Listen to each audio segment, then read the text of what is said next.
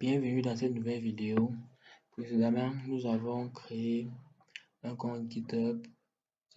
Ensuite, nous avons créé un dépôt sur GitHub, un repository, un dépôt distant. Puis nous sommes allés en local et après installation de Git, nous avons créé un dépôt local et nous avons envoyé un projet Spring depuis le local vers notre dépôt distant GitHub. Ce dépôt Spring contient un fichier YML qui décrit le comportement de notre workflow. Celui-ci dit à chaque fois qu'on fera des push, il se déclenchera, il fera des builds et il fera des builds en utilisant un système OS, l'OS Ubuntu de la dernière version, et il copiera comme action, il copiera le projet, il enverra dans une branche qu'il appelle V2. Il utilisera le JDK 11. Et là, il enverra aussi la version Java dans cette branche-là pour que les tests puissent se dérouler sans conflit. Et là, il précise la version de Java encore. Là, il précise la distribution qui est Adobe. Là, il dit juste que l'application est build avec Maven.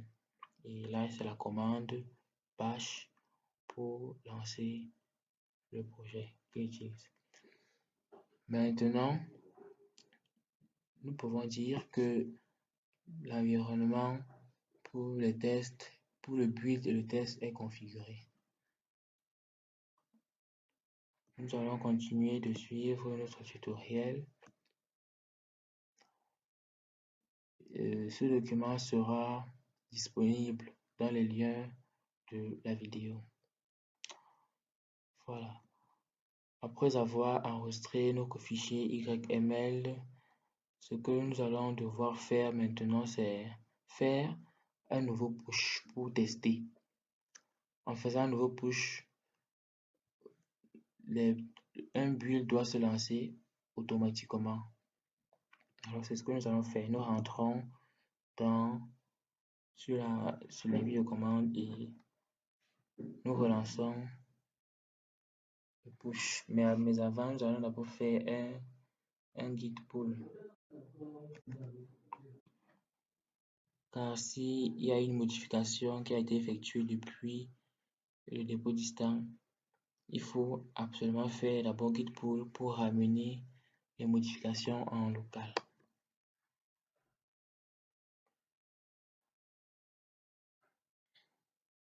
Bon, ici on dit que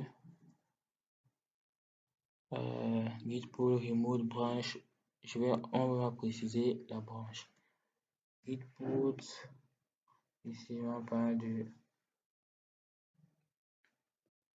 on va mettre remote ou origine, oui, pour dire que c'est depuis la source, depuis le local qu'on veut faire, on veut faire la mise à jour en fait.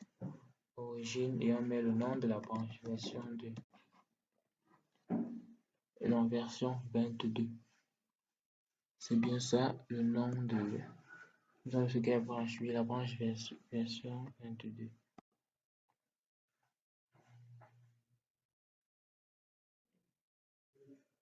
Ok, c'est bon, c'est passé. Maintenant, nous pouvons faire un nouveau push vers cette branche-là. Nous allons faire un nouveau push et nous cliquons maintenant sur Action pour voir ce qui va se passer. Et là, nous pouvons voir ici qu'un workflow a déjà été exécuté. Ajout workflow. Ici, nous pouvons voir,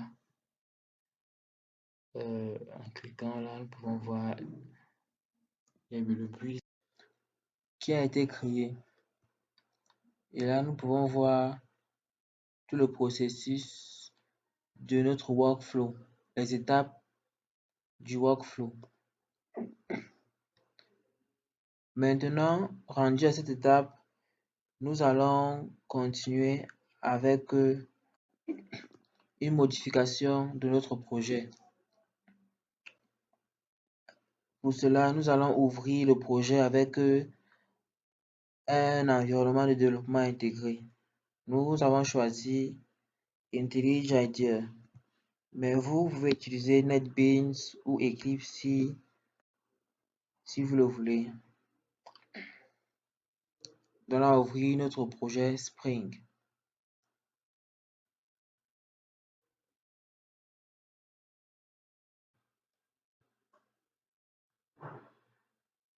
La première des choses à faire, c'est de sélectionner le répertoire du fichier. Il est dans Document, ensuite Projet, Projet de GitHub, et là on voit bien Test Spring CICD. Il faut pour cette opération se rassurer que nous sommes bien connectés à Internet, parce qu'il y a des téléchargements de dépendances qui vont être effectués.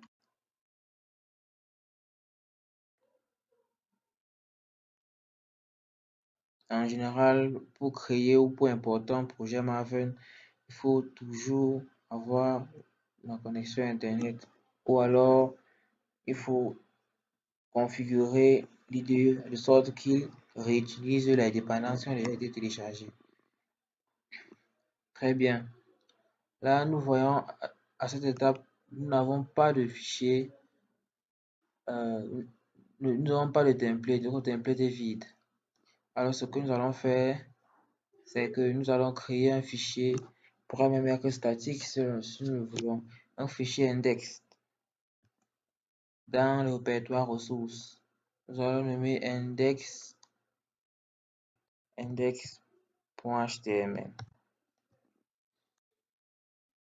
Très bien. Et nous allons ajouter au projet Git. Et là, nous avons la structure d'une page HTML. Ce que nous allons faire, c'est modifier cette page. Disons que nous allons faire un hello, par exemple. Nous allons faire un hello.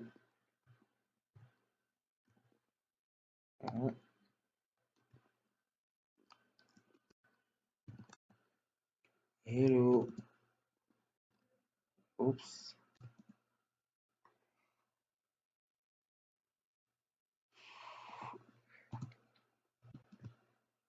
I am using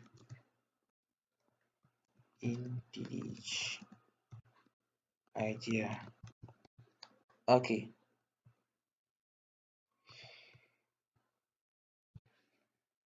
Très bien, ça suffira pour notre exemple.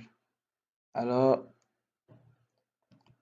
là, nous avons modifié notre fichier et nous allons refaire le push.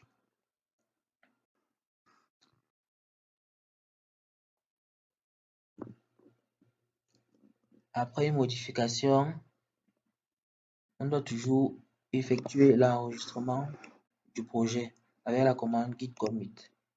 Alors nous allons faire un git commit -m espace, et là nous renseignons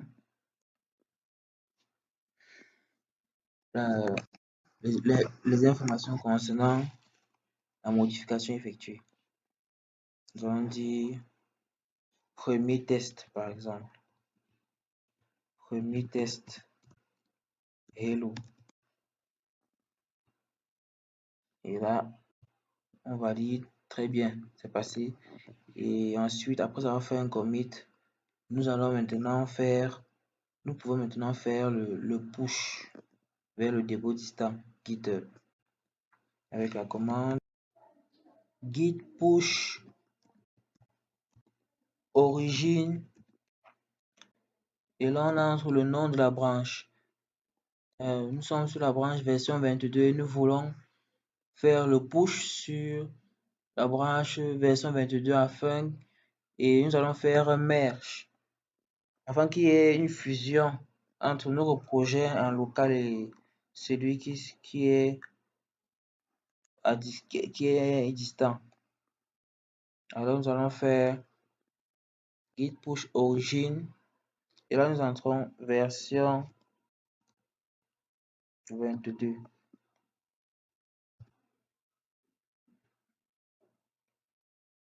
Voilà,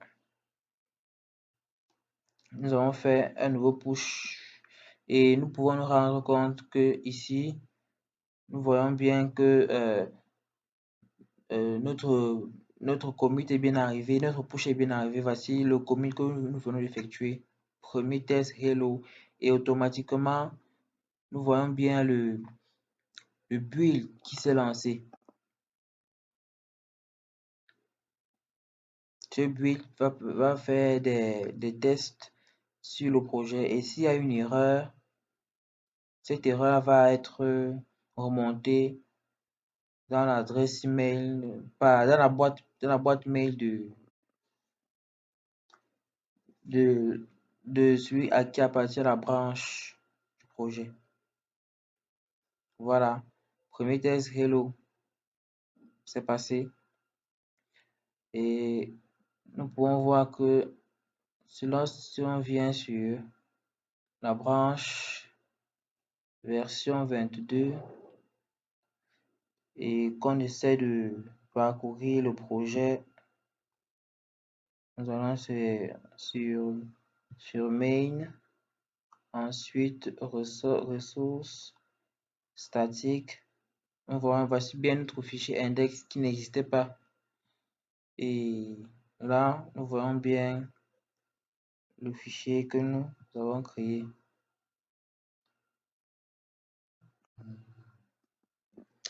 Mais ici nous voyons bien que le texte que nous avons écrit dans le body n'est pas arrivé.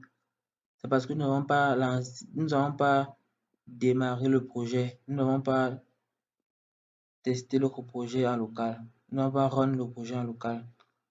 Et là nous allons le faire et l'IDE va enregistrer. Bon, là nous pouvons afficher le résultat. Nous allons le faire, nous affichons le résultat avec localhost. Par défaut c'est localhost 82.80.80 et nous n'avons pas besoin de renseigner la page étant donné que la page par défaut qui va être appelée sera la page index et nous l'avons mis dans le répertoire statique. Donc c'est elle qui sera appelée. Nous voyons bien ici hello I am using IntelliJ IDEA et là si nous réussissons de faire un push, nous lançons le push, on dit everything up to date. Allons voir ici, on actualise